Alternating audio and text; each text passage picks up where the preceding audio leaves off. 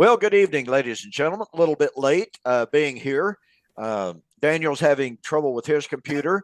I've been having trouble with my computer. You'll notice that I'm back in my living room here after getting all set up in my new office. But for some reason or other, my my computer is not interfacing with my camera now. Hmm.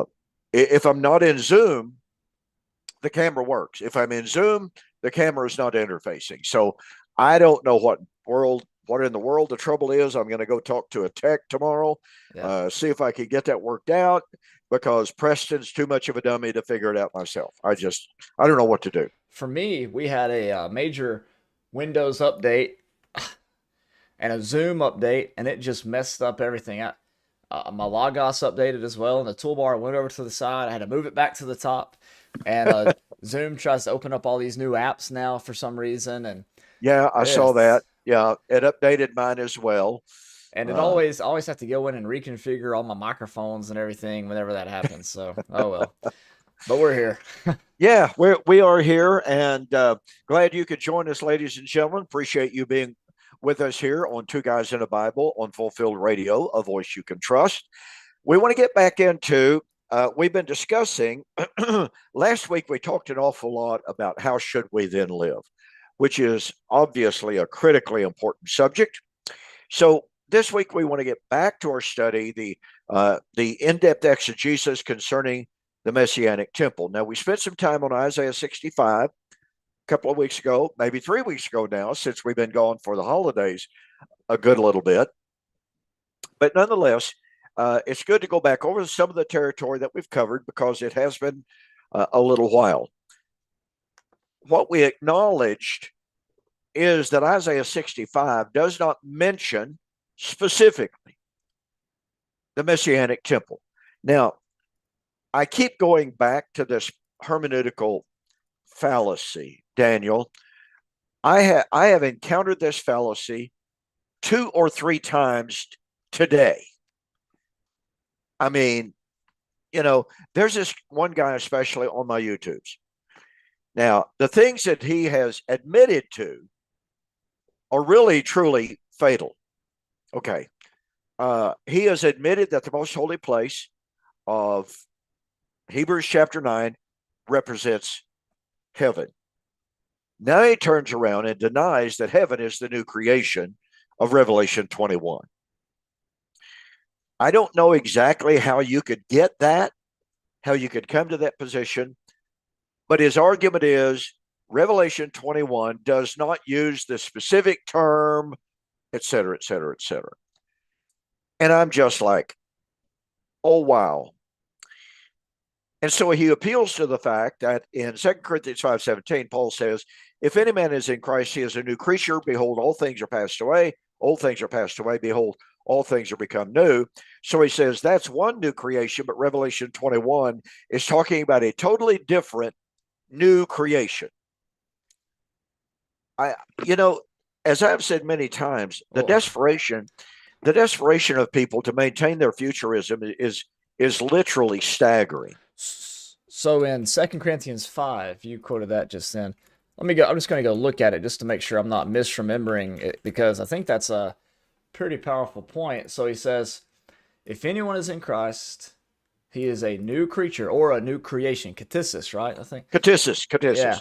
The old things passed away. Behold, new things have come. So the old things have passed away. Now we have the new things, thanks to Jesus. But when Jesus comes back, he's going to do away with those things that he gave us to give us more things. That's exactly where I was headed. Oh, okay.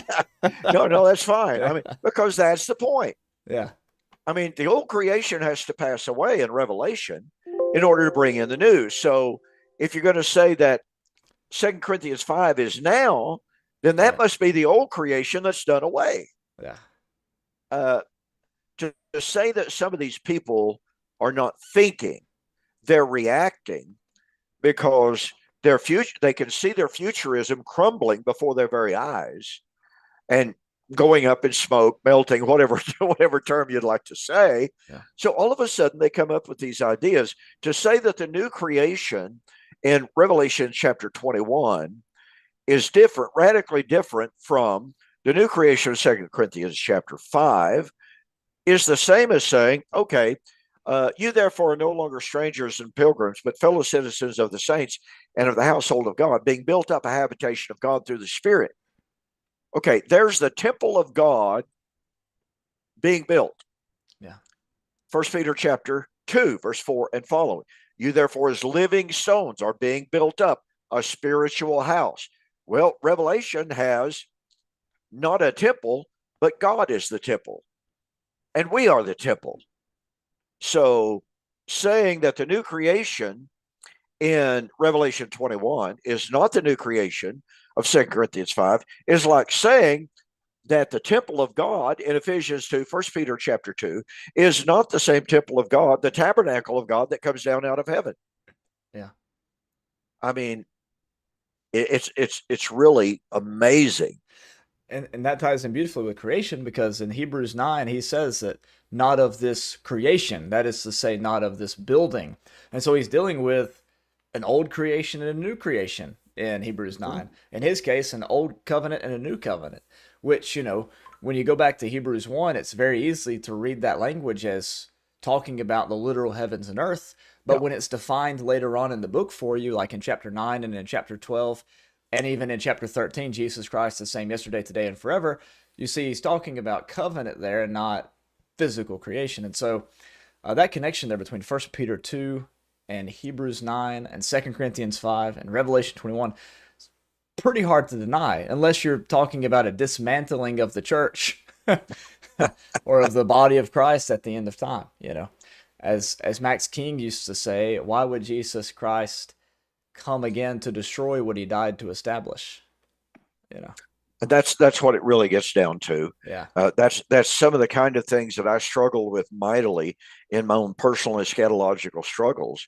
I was having a discussion one time with a gentleman who was denying that Hebrews chapter 8 was talking about the old covenant nigh unto passing at that particular time, i.e., the time of Hebrews. He said, no, you don't understand. When Jeremiah was given the promise of the new covenant, that meant that the old covenant was obsolete at that very moment. And from that very moment, meaning from that very moment until the writing of Hebrews, 600 years, the old covenant is nigh unto passing.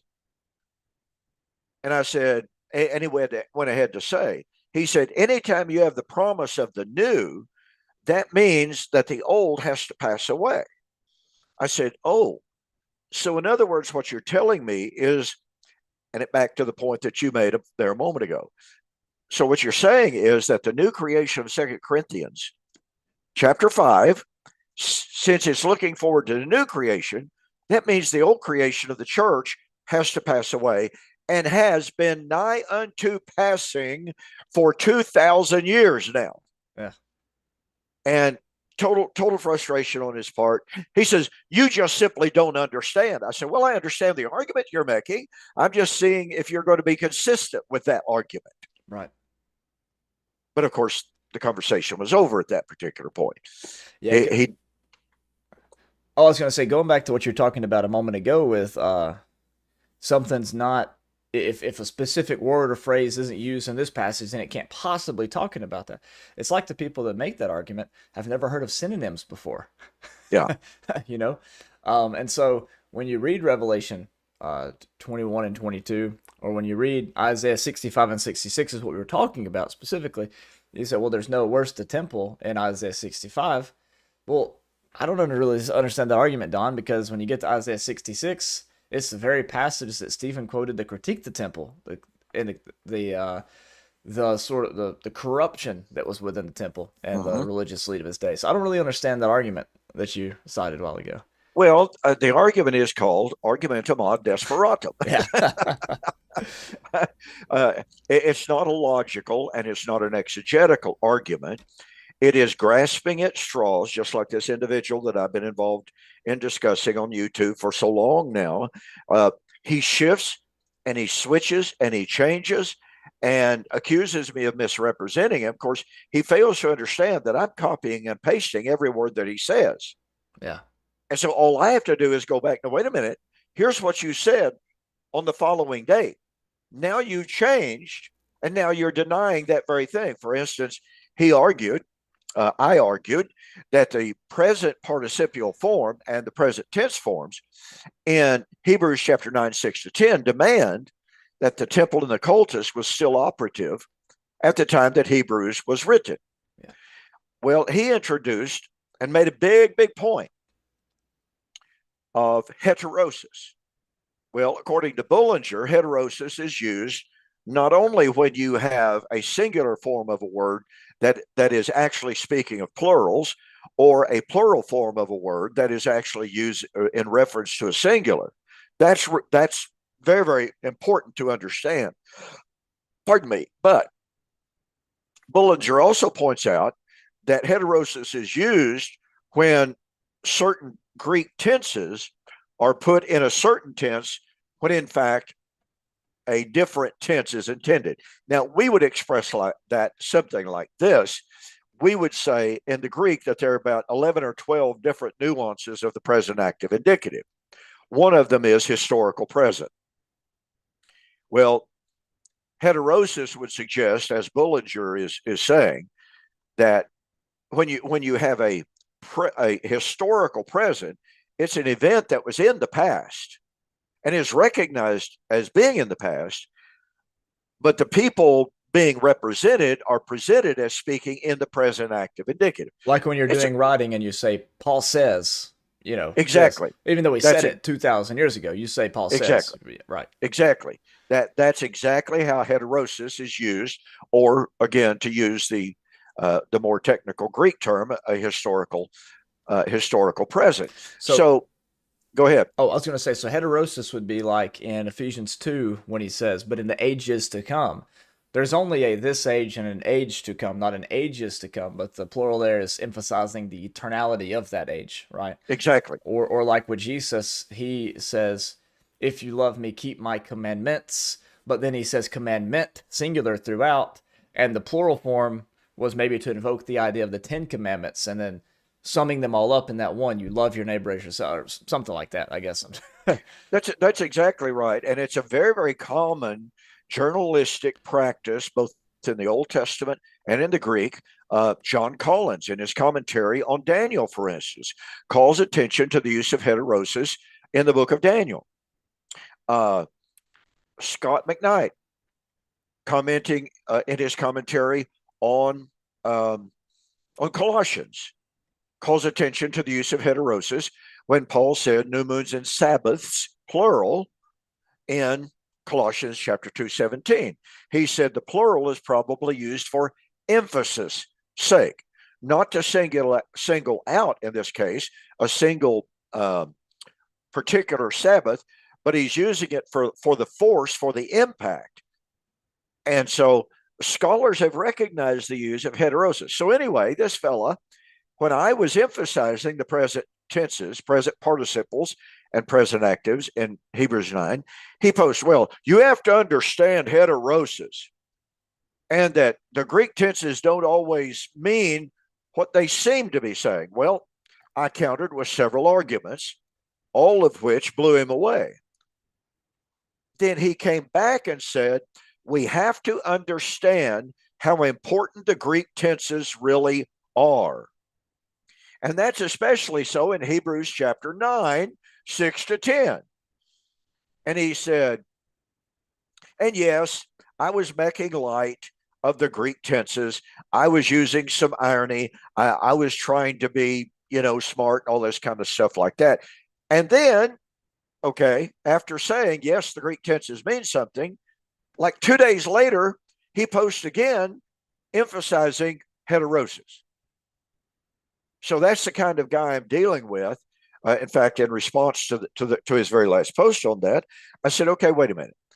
Here you said heterosis, Greek tenses don't mean anything. Then you posted Greek tenses mean everything.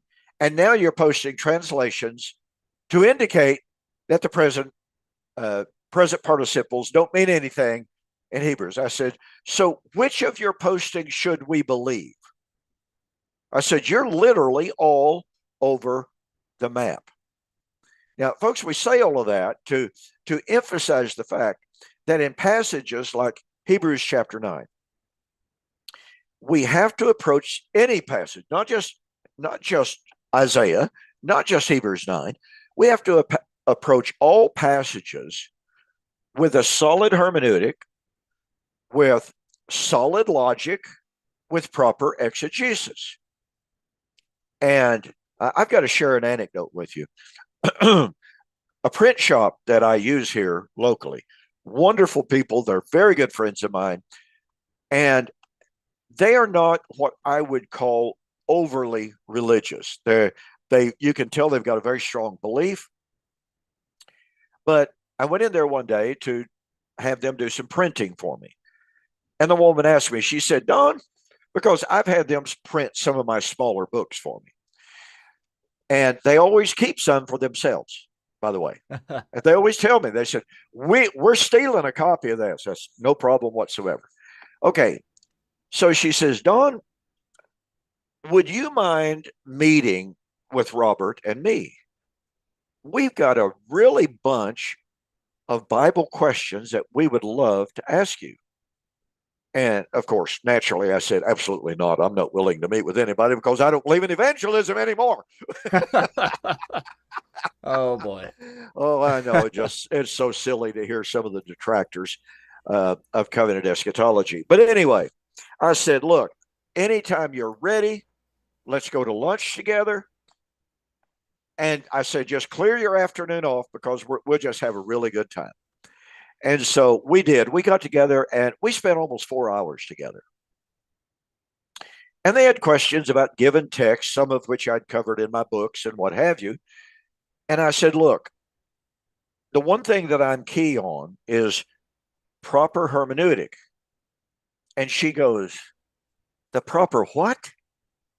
And he goes, I never heard that word. What is that? Now, mind you, these people are in the printing business. Now, that doesn't mean they're journalists. I understand that. Doesn't mean they're authors. But they're educated people. Now, well, let me go on a little more with the story here. I said, well, hermeneutic is the science of interpretation. And they go, well, what do you mean by that?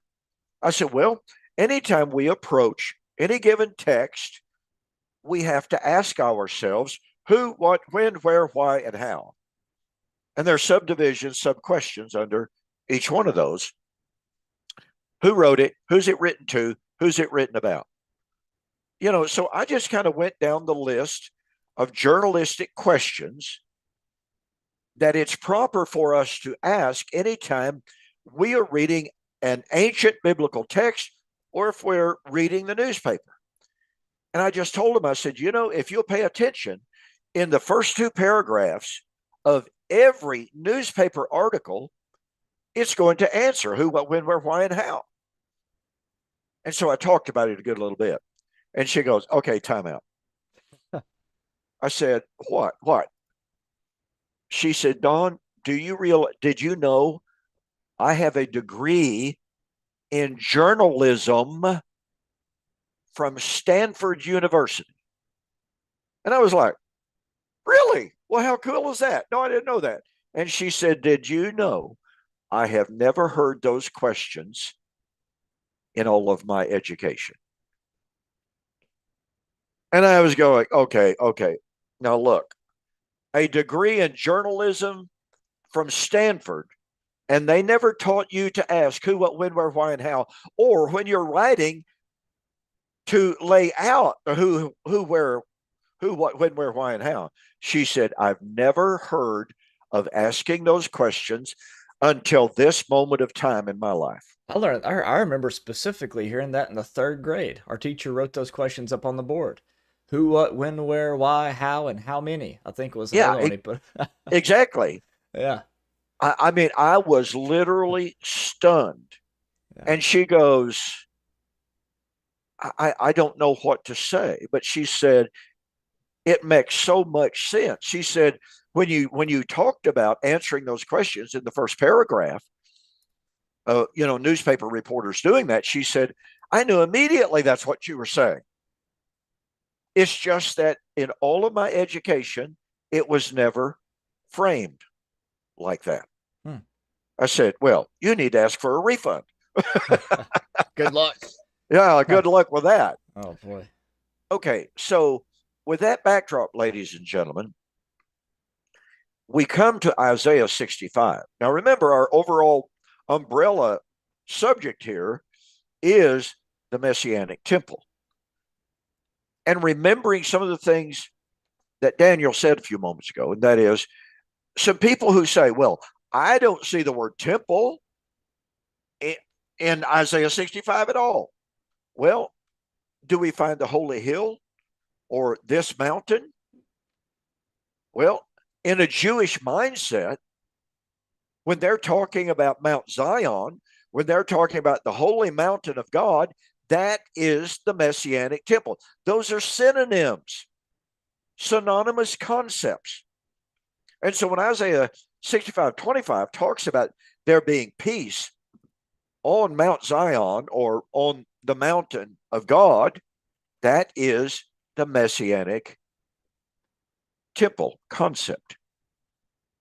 Go ahead. It looks like you want to say something. No, I wasn't. I was opening up the app so they could read the passage that you were quoting there to them. But, yeah, right, and just to reiterate what you're saying, in Isaiah chapter 2, the whole purpose of Mount Zion is to be a place where the nations could go and worship God, right? And out of Zion would go forth the law, and the nations would flow into it.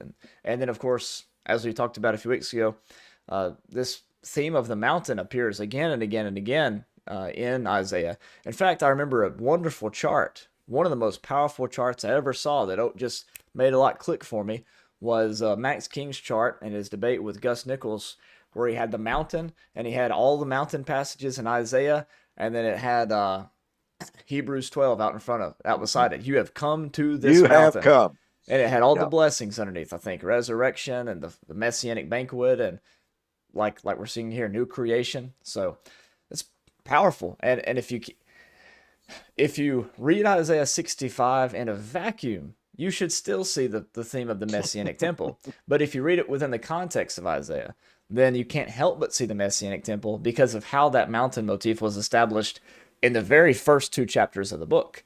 You have a critique of temple worship in chapter 1. All their new moons and Sabbaths were corrupt because they weren't living out the law like they should. And then so you have a promise of judgment, but then in chapter 2 you have a promise of a new creation, with this mountain being established in chapter 2. And that's the theme throughout the whole book. So I think that's right on target, Don. And I've got the Bible opened. If you need any more passages, I'll pull it up for him. Oh, yeah, that's fine. Well, as I have said many times, and William and I have covered the concept of Zion on this program for over a year. I mean, we really looked at all of the major Zion texts in the book of Isaiah, and that's just the book of Isaiah. That doesn't count Jeremiah. That doesn't count any of the other prophetic books. And to say that is a rich study is a humongous understatement. And I have said this, and I've said this many, many times. When you look, and that chart that you alluded to, Max King's chart that he used in his debate, what an incredible point. I have said this on many times. Once you see the prophetic background of the eschatological significance of Zion, it's coming in the last days. This will happen on Mount Zion, in the holy hill, and the mountain of God, etc., etc. Okay. Every eschatological tenet possible. You touched on it briefly a moment ago. Yeah. Okay. Resurrection, Mount Zion, Isaiah 25, 6-8. Salvation in Zion, Isaiah 46:13. Evangelism from Mount Zion, Isaiah chapter 2, 2-4. I mean, kingdom, every single thing, every single tenet that you can possibly link with eschatology is linked to Mount Zion. And what makes it even better is that I've never heard a Church of Christ minister who didn't preach a sermon out of Isaiah 2 saying the kingdom is here. Right. That's exactly right. Yeah. So when you create this panoramic narrative flow about Mount Zion and what would be in Mount Zion. Yeah. And then you come to that passage, Hebrews chapter 12. That passage knocked my socks off years and years ago, because I had begun to get the grasp of this narrative flow of what was supposed to be in Zion when Zion was fully established. And it was like, wow, you have not come to a mountain that might be touched. You have come to Mount Zion. And I've said this, I do not know how any ancient Jew, how any first century Jew, conversant as they were with all of those messianic themes and motifs, ideas and tenets tied up with Zion, I don't know how they could read or hear Hebrews chapter 12 read out loud, come down to verse 20 and 21. You have come to Mount Zion, and not just have his mind blown. Yeah. Because it's mind blowing to me as, a Western oriented Gentile guy. Yeah. That has spent the last however many years of my life trying to get a handle on, trying to appreciate to some level of discernment the significance of Zion. And I realize almost undoubtedly, I still don't have a grasp for the depth of the meaning that Zion would have held to a first century Jew. Yeah. And yet when I come to Hebrews chapter 12, I'm just astounded. How could anyone say, and I'm reminded of what some of the postmillennialists have done. Joel McDermott, in arguing against the dispensationalists in a series of articles that he wrote in the American Vision Journal, he said, what my opponent fails to recognize is we have come to Mount Zion. We have every single blessing that was ever promised for us to be in Zion. That is now ours in Christ. You don't believe that because you don't think the resurrection has happened yet. Yeah, and in Hebrews 12, I'll pull it up for the listener here. But what's one of the blessings associated with coming to Mount Zion? He says, you have come to the spirits of the righteous made perfect. And in chapter 11, when he goes through all the different people who had great faith in the Old Testament, he gets down about halfway through the chapter and he talks about how they were looking for a better resurrection. And then he said, but they without us will not be made perfect. But then in the very next chapter, he says, you've come to the spirits of just been made perfect, which means you've come to the better resurrection, which was better than receiving your son back from the dead when he's martyred. That's exactly right. Yeah. Under Antiochus Epiphanes, it's eternal life in Christ in the new covenant. So, yeah, it's just absolutely fantastic. And by the way, all of these blessings on Zion, which means Messianic temple of the Lord, presence of the Lord, because that's what temple represented. And let me make some observations here from a couple of scholars that may help people understand how dangerous it is to say, well, I don't see the following specific word here or there, therefore the doctrine cannot be there. One scholar by the name of Kaylor, David Kaylor, Kaylor, in his book, Climax of the Covenant. Wonderful book. Kaylor makes the following observation. One of the things that has prevented many scholars from properly understanding the book of Romans is their failure to see how covenant permeates every single pore of the book. And yet the word covenant is found in Romans 9, and it's found in Romans chapter 11. Outside of that, it's barely mentioned. And yet, Kaylor says, if we are familiar with the terminology of covenant, and by the way, some of that terminology that he calls attention to is life and death. I think that's rather important that Kaler understands that words that are linked with covenant are life and death. That's not the way we normally think of covenant. Oh, well, it's a legal agreement. Well, okay. Yeah, but to the Hebrew, it's life and death. That's why God said in Deuteronomy, as he began to give the law of blessings and cursing, see, I have set before you this day life and death. Choose which you will have. Right. If you follow the terms of the covenant, you will do well in the land. If you don't, the land will spew you out like it did the Canaanites. That's exactly right.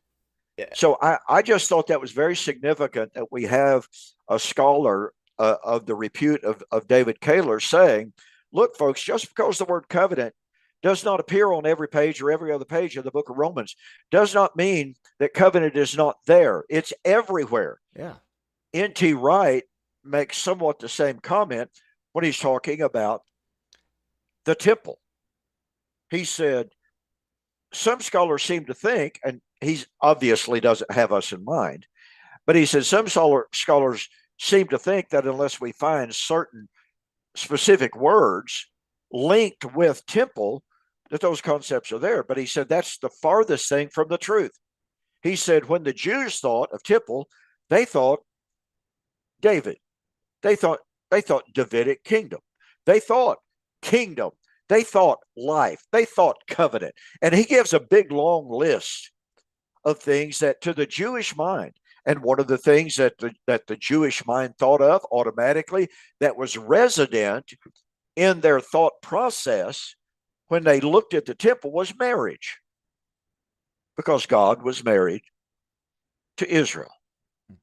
And so this is very, very important. And again, you know, N.T. Wright wasn't specifically addressing what is known as this logical fallacy of saying, well, if a word's not found there, then the doctrine's not. That's negative fallacy.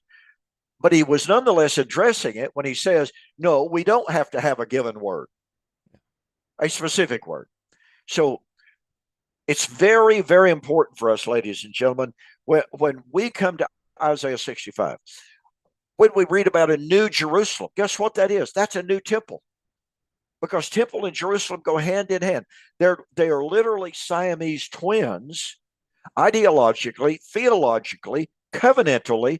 They are absolutely joined at the hip to express it like that. So that's why Daniel and I have been talking about Isaiah chapter 65 in regard to the Messianic temple. We will understand the word's not there.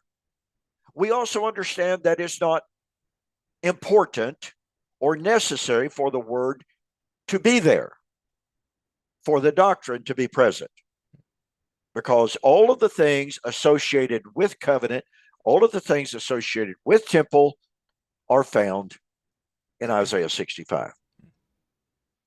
Go ahead, Daniel. Yeah, I was thinking when you're talking about when you look at the temple, you think about the bride, right? Uh, how could so when you read Revelation 21 and you read about the bride descending out of heaven, how could you not think temple, which of course is implicit within the context?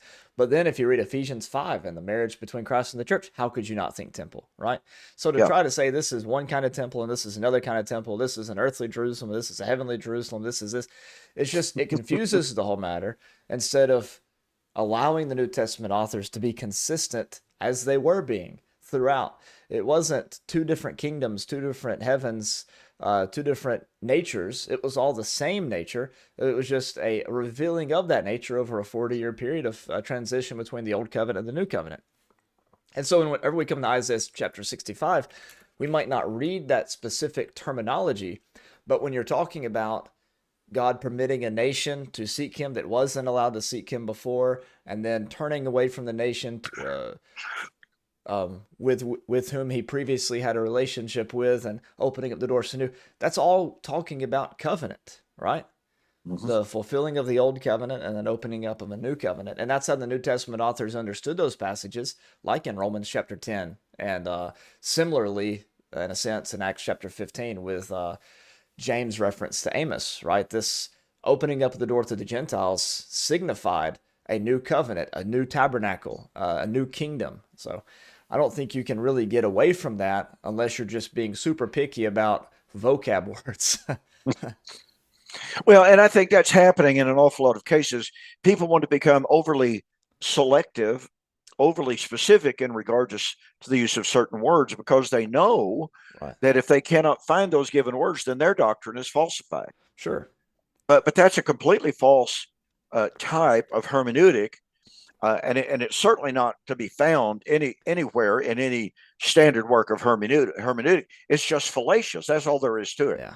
Well, I mean, even something as simple as saying that God is going to repay Isaiah 65, verse 6 and 7. I will not keep silent, but I will repay. Repay what? Repay the terms of the covenant. Deuteronomy 32, the blessings and the cursings of the law. Do this and you will live. Do this and you will not. And so to try to get away from that, is simply an act of futility. Like you say, just totally fallacious and an abandoning of any logic in order to hold on to one's preconceived idea. And let's pick up another strain of thought here that is critical for understanding Isaiah chapter 65, 66, well, the entire Old Testament. And that is, we are dealing with ancient Hebraic Jewish concepts. I found it extremely ironic. Mike Sullivan and I, one day this last week, I guess it was the last Wednesday or Thursday, I've forgotten which it was, did about an hour and a half video in response to Sam Frost, who was challenging Gary DeMar, saying Gary DeMar is on a slippery slope toward hyper-preterism, et cetera, et cetera. And of course, Sam Frost sees himself as the champion of the world for correcting all things preterism. During his presentation, and he was on the Apologetic Dog internet blog by Jeremiah Nortier, and as he was talking about some of the concepts in the New Testament, some of the concepts, and specifically about the end of the age. Okay.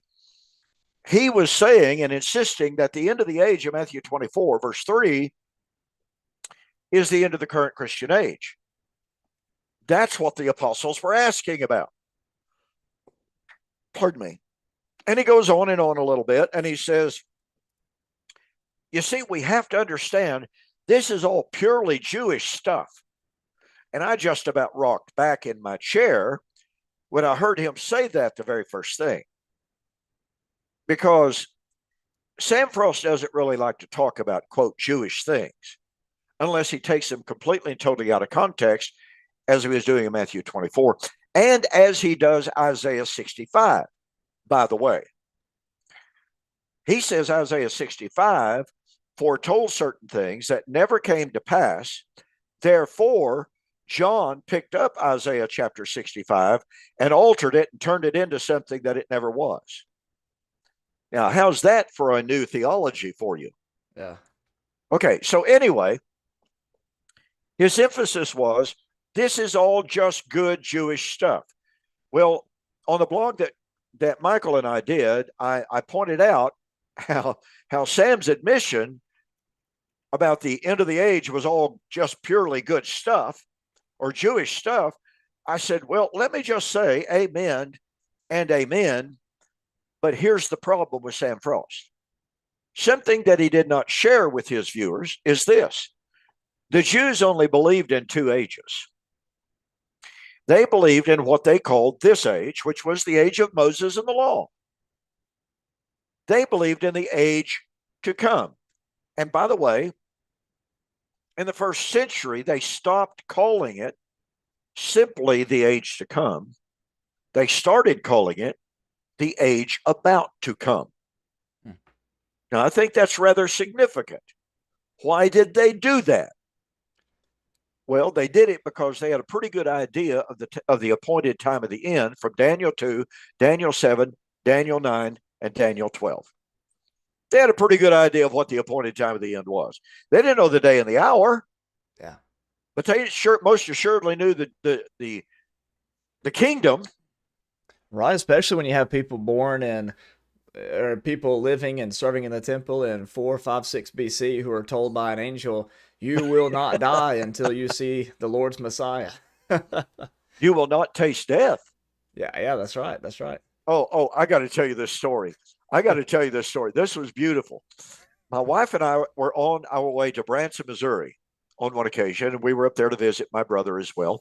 And we're riding along, and I'm flipping the channels on the radio. And who's on the radio but R.C. Sproul? Oh, Yeah.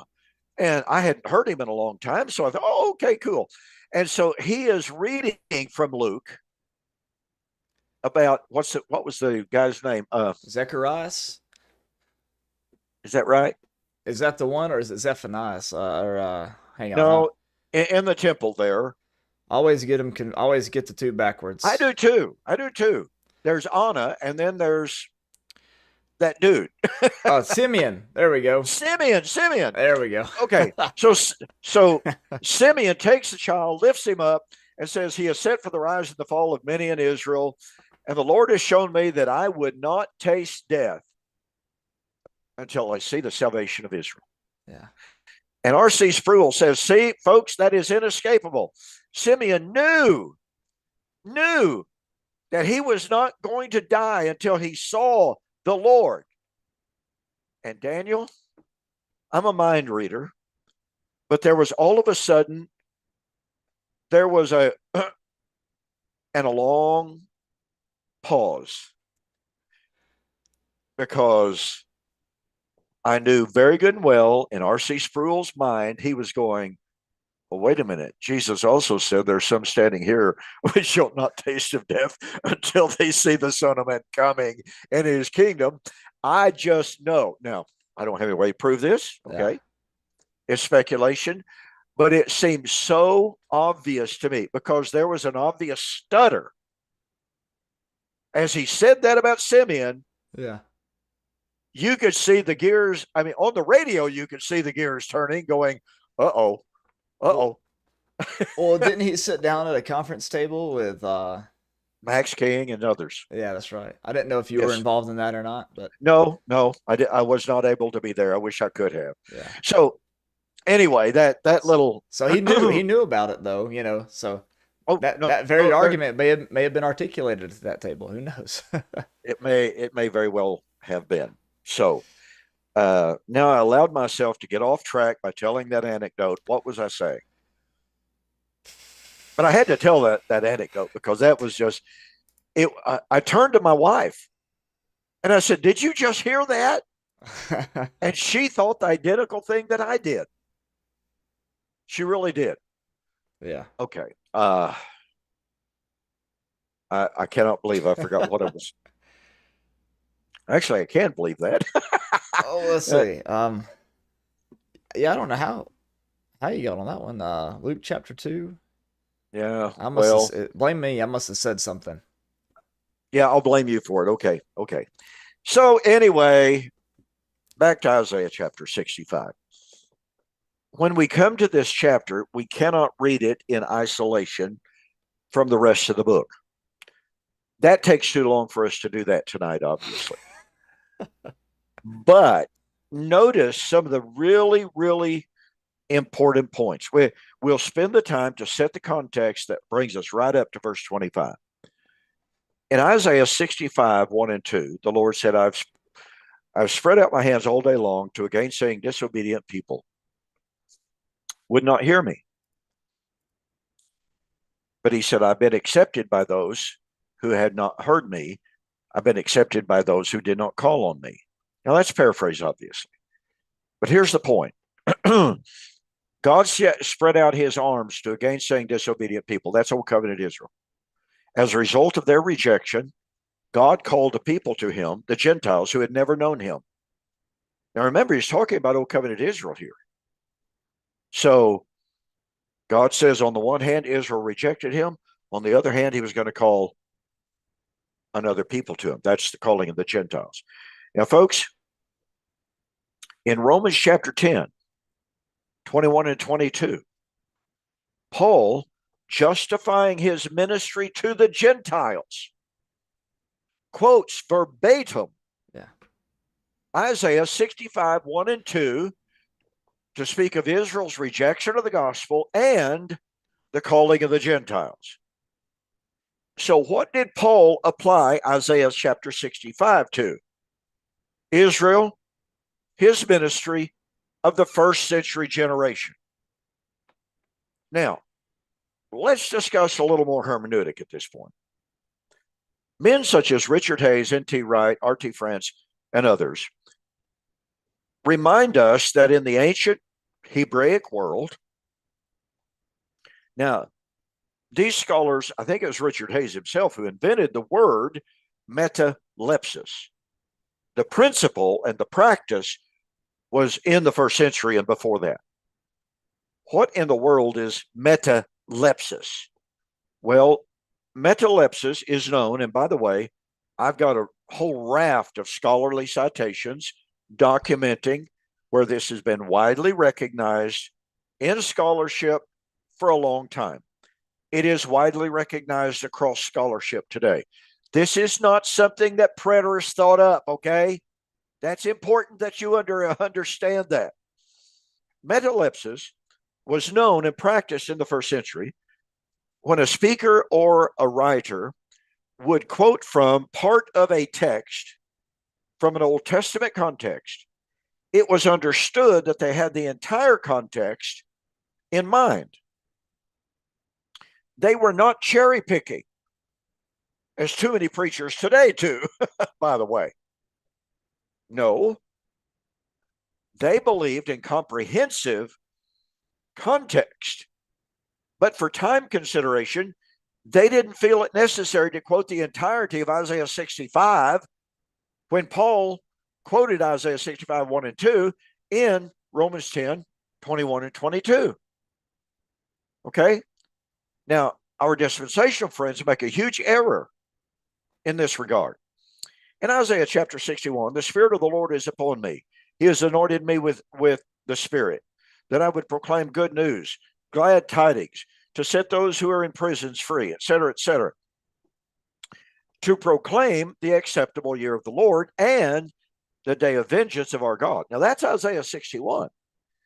Well, dispensationalists come along, and in Luke chapter 4, when Jesus stands up in the synagogue of Capernaum, he stands up and he reads from Isaiah 61, but he ends the reading at to proclaim the acceptable year of the Lord. Oh, and the dispensationalists latch onto that and say, see, Jesus didn't come to proclaim judgment. He only came to proclaim the acceptable day of the Lord because he stopped reading. Well, of course, that's fallacious because Jesus had a whole lot to say about the day of vengeance of our God. Right. In Luke 21 especially. So the dispensationalists are failing to honor the reality of metalepsis. Okay. So back to Isaiah chapter 65. I remember what you were talking about. Do what? I remembered what you were talking about. Okay. You were talking about the Jewish people in the first century stopped calling it the age to come and started calling it the age about to come because of Daniel 2, Daniel 7, and Daniel 12. Exactly. Thank you so very much. Well, let me pick up on that and then come back to Isaiah. Okay. Okay. So here was Sam Frost saying all this talk about the end of the age. That's good Jewish stuff. That's right. It is. Jews only had a concept of two ages, this age and the age to come. This age was the age of Moses and the law. The age to come was the age of Messiah, the kingdom, the new covenant, resurrection life. The age of Moses was supposed to come to an end. Now, what does that imply? Well, if the age of Moses was supposed to come to an end, then why wouldn't the temple, which symbolized the law of Moses, why would not that temple come crumbling down? Why would it not be dissolved? Why would it not be destroyed? So that the everlasting, unending kingdom of Messiah, the new covenant age, would never pass away. Instead, Sam Frost and the great majority of commentators, they come to Matthew 24:3. Verse 2, Jesus has said, do you not see all of these stones? The stones, beautiful stones of the temple. Verily I say unto you, the time is coming in which not one stone shall be left standing on top of another. The apostles come to him on the Mount of Olives, and they ask, tell us, when shall these things be? What shall be the sign of your coming and the end of the age? John Calvin said, wow, the apostles could not imagine the destruction of that temple taking place unless it was at the end of the earth and time itself. Really? The very first time I heard that argument, and by the way, I heard that from a Church of Christ preacher, the very first time I heard it, I thought, wait a minute, I'm sorry, that didn't even make good nonsense. Weren't the apostles aware that Jerusalem had fallen in 586 BC? Were they not aware that the temple was destroyed 586 BC? And yet time didn't end. Yeah. The earth wasn't destroyed. I mean, that shows, again, that's just a good example of really, really, really bad argumentation. But the majority of commentators take the position the apostles just naturally link the fall of Jerusalem and the destruction of the temple with the end of the world. Well, N.T. Wright, Marius Reeser, a bunch of other scholars that we could note, take note of the fact that the Jews never believed in the destruction of the time-space continuum at all. They didn't believe in the end of time. They didn't believe in the destruction of planet Earth. So what right do commentators have, therefore, to say, oh, the apostles naturally thought of the end of time, the end of the Christian age, the destruction of the time-space continuum, when Jesus predicted the destruction of the temple that was the symbol not of time, not of space, not of the Christian age, not of the new covenant, not of the Messiah. That old covenant temple represented one thing, and that's the old covenant world of Moses and the law. That's why I keep asking people when I study the Olivet Discourse with them, what age did that temple that was standing at that time, what age did that temple represent? Now, unless you can prove to me that that temple represented the new covenant, unless you can prove that it represented time and space itself, unless you can prove that it represented the Messianic kingdom of Christ, sorry, you don't have an argument. It just doesn't work. So that's the Jewish concept. So when Sam Frost said, oh, all this stuff about the end of the age, that's good Jewish stuff. Well, he's exactly right. But Sam Frost turns the Jewish concepts on their ear. They didn't believe in the end of the Messianic kingdom, but he has the end of the Messianic kingdom. They didn't believe in the end of time. Sam Frost believes in the end of time. They didn't believe in the end of the new covenant. Sam Frost believes in the end of the new covenant age. So every single thing that was good Jewish stuff is a rejection of what Sam Frost said he believes and teaches. I don't think that's not very good. to get up and proclaim I'm preaching good Jewish stuff when in reality you're not even close to good Jewish stuff. It's a contradiction in terms. Now then, go ahead. I was going to say, I'll never forget in Craig Keener's commentary, the IVP Biblical Background Commentary of the New Testament, has a really good section there on 1 Thessalonians 4, by the way, and the meaning of apontesis and parousia. But in the very back, he has a bunch of charts. And I remember first getting that book and flipping back there and looking at the charts, and it said, Jewish eschatology, this age, line, age to come. And then the Christian eschatologies were like, all this. And I thought, wait a minute. Preterism is this age and the age to come. Yeah. I feel pretty good about that one. Well, you're exactly right. And, I remember some confusion in my early years when I didn't have a clue in the world about preterism or fulfillment or any of that. when I would hear different preachers talking about this age and the age to come. And one of the passages that stuck in my mind that gave me a great deal of trouble was Christ has redeemed us from this present evil age. Wait a minute. Christ's age followed the age of Moses. The age of Moses supposedly died at the cross. And so Christ died to redeem us from this. It's literally this wicked or evil generation. So if the law of Moses and the law and the Mosaic age ended at the cross, and we're now in the age to come, that must mean that this present age, the Christian age, is the evil age from which Christ died to redeem us. What does that say about the Christian age?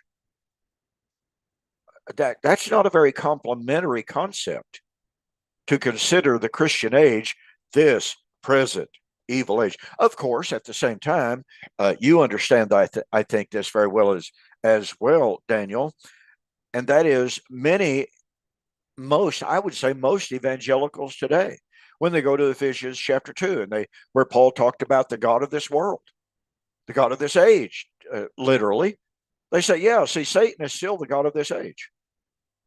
Really? Who's in charge here?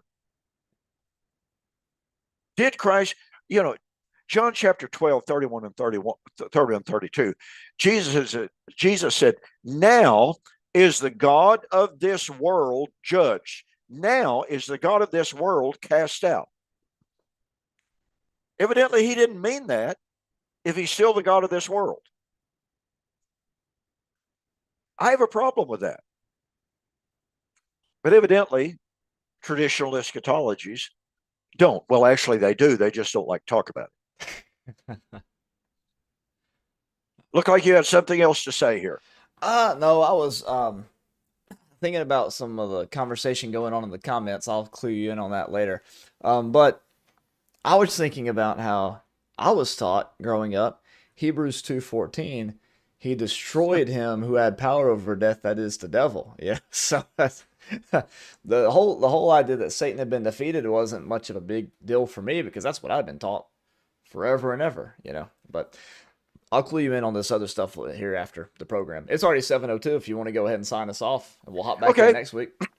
Okay, that sounds good. Well, folks, we talked about a lot of stuff to lead us into Isaiah 65 to start laying the foundation for understanding the concept of the Messianic temple found in Isaiah 65. Hope you benefited from some of it. Yeah. It's good to be back. Daniel, good to be back with you again and back into the text somewhat.